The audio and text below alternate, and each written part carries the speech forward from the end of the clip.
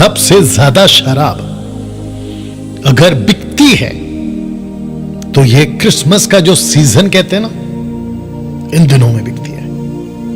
एक बहुत बड़ा 50% का एक मसीह समाज का तबका या ग्रुप है जो ऐसा मानता है कि शराब पीना परमेश्वर की नजर में गलत नहीं है, तो खूब शराब पीते हैं और खूब शराब बिकती है किसी भी विश्व के कोने में।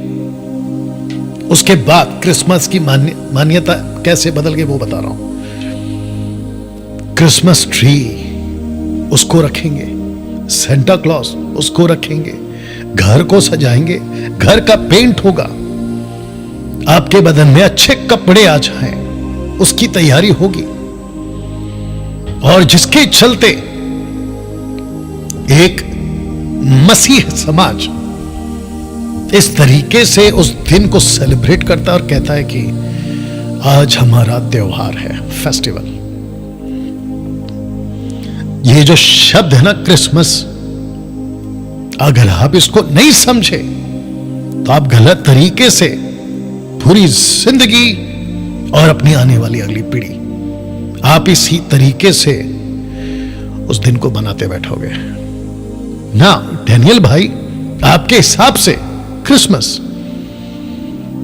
क्या है? पहली बात, क्रिसमस क्या है? जी हां दोस्तों, क्रिसमस यानी यीशु का जन्म का दिन इस पृथ्वी के लिए एक बहुत बड़ा होप, एक बहुत बड़ा आशा, एक बहुत बड़ा उम्मीद लेकर आया था। क्योंकि ज्योतिष कहते हैं कि हमने उजाला देखा और वो उजाला यीशु इस पृथ्वी पर बनकर आया। बाइबल कहती है कि पूरा दुनिया अंधकार में था, मनुष्य अंधकार बन गया था। आत्मिक तौर पे अगर हम कहें, जो बच्चा पैदा होता है, डॉक्टर कहता है कि ये देख रहा है क्योंकि इसकी आंख ठीक है, रोशनी ठीक है। मां बाप कहते हैं कि यस मेरा बच्चा देख रहा है। लेकिन आत्मिक तौर पे जो भी पैदा होता है, किसी भी धर्म का हो, आत्मिक तौर पे वो अंधा पैदा होता है। लेकिन जिस दिन यीशु पैदा हुआ, उन्होंने एक रास्ता खोल दिया, एक रास्ता खोल दिया और उन्होंने कहा कि जगत की ज्योति मैं हूं, जो मुझ पर विश्वास करेगा वो अंधेरे में नहीं चलेगा। दोस्तों, आप क्रिसमस को मना रहे हो या क्रिसमस के अर्थ को समझकर मना रहे हो? डैनियल भाई, आपका जो थंबनेल है वो क्वेश्चन मार्क के साथ है, क्या मसीह लोग क्रिसमस मना सकते हैं? मैं आपको अगर ऐसा कहूं कि एक मसीह के लोगों के लिए, जो यीशु के फॉलोअर्स हैं, जिसको कहते हैं द ट्रू फॉलोअर्स, सच्चे मसीह लोग, यीशु की कलीसिया, एक्लीसिया, यीशु की दुल्हन, यीशु के अपने लोग, बेटा बेटी, दास दास दासी, उन लोगों के लिए प्रतिदिन क्रिसमस है। वाह, प्रतिदिन क्रिसमस है। हम किसी प्रकार के रूढ़िवाद, परंपरा, धर्म के हिसाब से, क्रिश्चियन रिलीजन के हिसाब से हम हर 25 तारीख को हर साल उस दिन को नहीं मनाते। क्या हम अच्छा कपड़ा पहन सकते हैं? बिल्कुल पहनिए। 25 दिसंबर को क्या हम कपड़ा पहन सकते हैं? बिल्कुल पहनिए। क्या हम केक खा सकते हैं? बिल्कुल खाइए। क्या हम घर को पेंट कर सकते हैं? बिल्कुल करिए। क्या हम घर पे मेहमान को बुला सकते हैं? बिल्कुल बुलाइए। लेकिन डैनियल भाई, इसके पीछे का मकसद क्या होना चाहिए?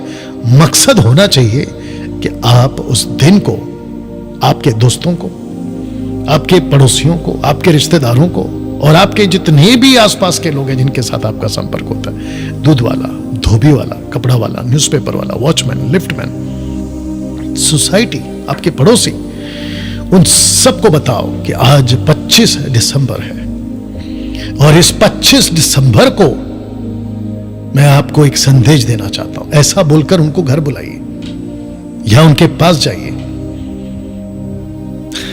बिरयानी तो आप हर दिन खाते हैं, लेकिन 25 दिसंबर को आप उस बिरयानी के साथ अनंत काल का जीवन का संदेश सुना सकते हैं। तो क्रिसमस मसीह के दया के लिए ऐसा होना चाहिए। डैनियल भाई, क्या हम चर्च में क्रिसमस प्रोग्राम कर सकते हैं? बिल्कुल करिए। क्या उस दिन हम बच्चों को, जवानों को एक डांस या नृत्य के रूप में ऐसा कोई एक्टिविटीज कर सकते हैं? बिल्कुल कर सकते हैं, बिल्कुल कर सकते हैं। लेकिन उसके पीछे मकसद क्या होना चाहिए? उसके पीछे मकसद होना चाहिए सुसमाचार। जो आपके प्रोग्राम में जो कुर्सियों पे बैठेंगे ना, वो ऐसे लोगों को लाके बिठाओ जिनको यीशु का सुसमाचार नहीं मिला है, और अगर मिला भी है तो कैसे मिला है उनको ठीक से बताओ। साल में एक दिन आपके पास में एक मौका मिलता है जिसको कहते हैं 25 दिसंबर को। उस दिन आप यीशु का संदेश डंके की चोट पे उनको प्रचार कर सकते हैं। आशा करता हूं कि ये शॉर्ट वीडियो या ये जानकारी आप तक पहुंची है साफ शब्दों में, और आप इसके अर्थ को समझे। अपना ख्याल रखें। मिलते हैं किसी अगले वीडियो के साथ, अगले विषय में। प्रभु आपको आशीष दे। God bless. याद रखिए, वीडियो को खूब शेयर करिएगा। जय मसीह।